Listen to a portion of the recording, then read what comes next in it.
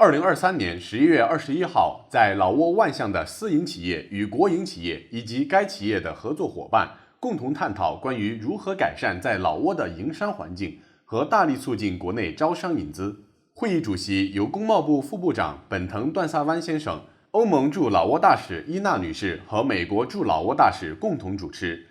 并由有关政府部门和国内外企业协会代表参加此次会议。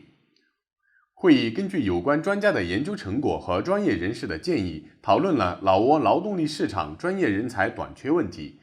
并听取了关于外国商会对于老挝外商投资的联合调查结果报告，以及投资法和控制账户法的改进程度。同时听取了有关各方为了能够解决企业获取营业许可流程较为困难的改进建议。值此之际，本藤段萨湾重申了改善营商环境的重要性，以便有利于解决老挝宏观经济中所面临的困难与挑战，并对参与此次会议的各位来宾做出的贡献表示感谢，并强调政府将尽全力创造有利于商业和私营企业发展的环境。我们需不断地与经济深度融合，创造有利的贸易和投资环境，并加强老挝企业的生产力，以便提高在国际舞台上的竞争能力。